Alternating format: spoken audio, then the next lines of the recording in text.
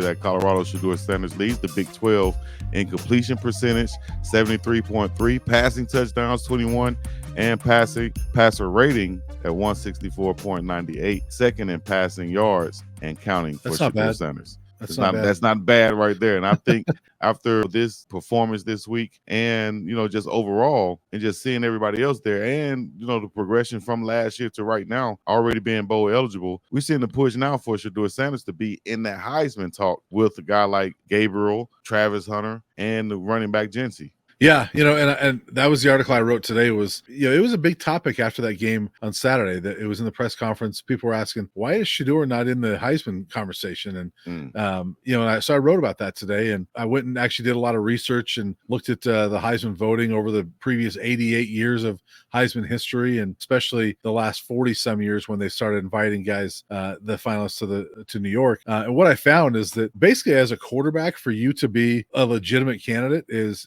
you've got to be quarterbacking one of the top teams in the country. The reality is that, Shedeur was the quarterback of an unranked team up until this last week. And it's no coincidence that all of a sudden Colorado's ranked and Shedeur went from tied for 11th to 7th.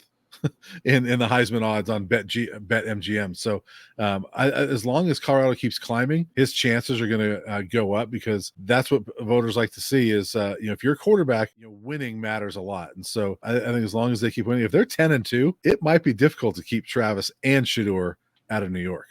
Here's a guy that broke into the Heisman race from Alcorn State, of course. And that was Steve Air McNair. We go take it all the way back to 1994, right? I think it was 1994. Was it then? It was a long time ago. 1994 season. During that season, he threw for 5,300 yards, 47 touchdowns, and rushed for 900 yards and 9 more touchdowns. Of course, we've seen pretty much like inflation with the stats nowadays going on. But I think that, if he continues and we continue to win, like you said, and we'll talk about that in a minute, those rankings that we discussed last week.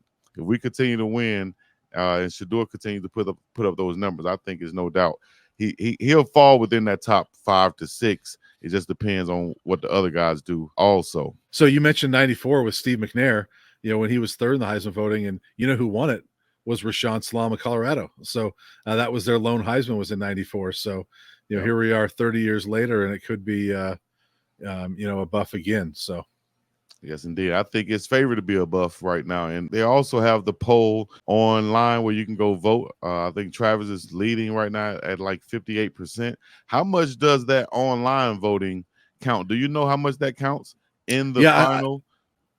It's not a lot. I think that it counts for one vote.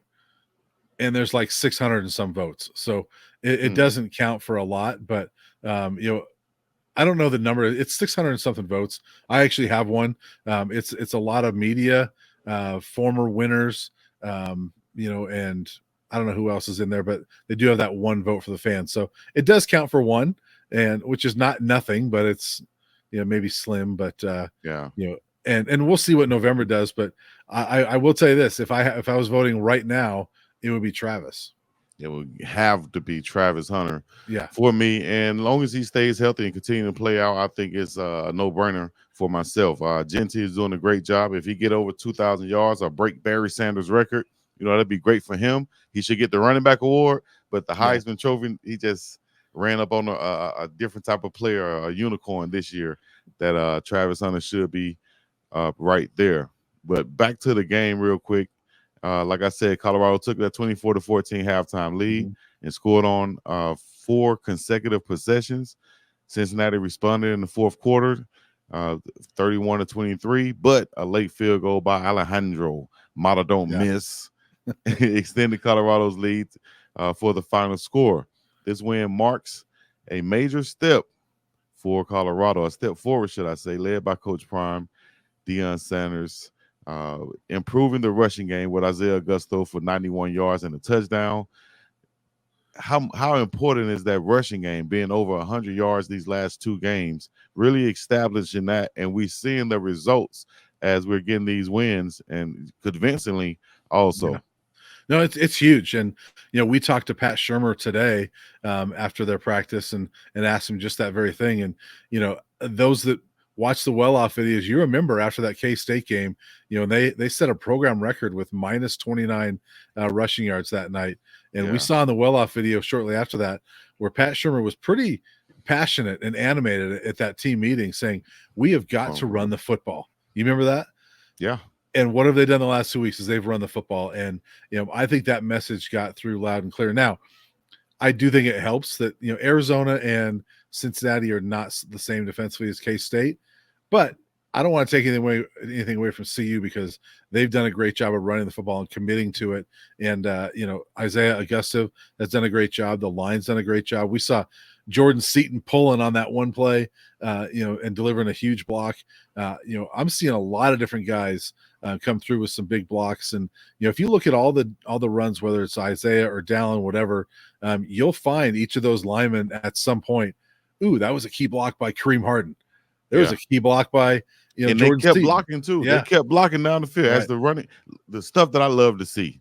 This is what I call nasty offensive linemen. I bet you Coach Phil Lodeholt is coaching this just off a natural instinct. Dog. Yeah. If the man is running down the field, the play is still going. Get downfield. Let's push this pile. Let's do a little rugby style Australian League football, please. Yeah. So I love to see that. Just showing that aggressiveness of the offensive lineman. I saw Khalil Benson in there several times doing it. Jordan Seaton getting his hands dirty. So that nastiness and that aggressiveness of the offensive line and taking on that challenge. I heard them saying that, when Coach Prime said that they don't think they might not be able to run the ball as much, they took that as a challenge and said, okay, you call it, we're going to run it. And also I think Augusto had the most yards after contact and the most missed tackles by a running back this year, or this week. So great job by him. I think he's earned him another starting spot coming out of the bye week versus Texas Tech. And before we move on, I'm not going to let you get away with what they're saying in the chat. They said Brian called off all those stats from Cincinnati last week, saying how good they're going to be on defense, and we ran the ball. What you think about that, Brian?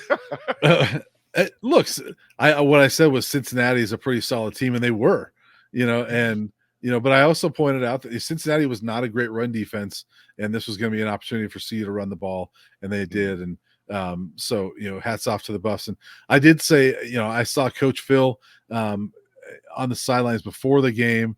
I like to kind of walk the sidelines before the game, and he was sitting there and made eye contact, said hi to him.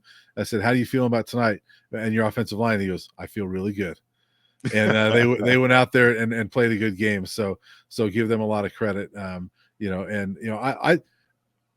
not sure what stats they're talking about, but I thought last week was going to be an opportunity for CU to get that running game, keep it going, and they did. And so, hats off to the Buffs. And there's going to be more opportunities coming up, Chico, because they don't play great run defenses down the stretch. And Texas Tech defensively certainly is not any type of juggernaut. So this is going to be huge for the Buffs down the stretch. Yeah. I think that you're seeing the norm and what is expected from this ball club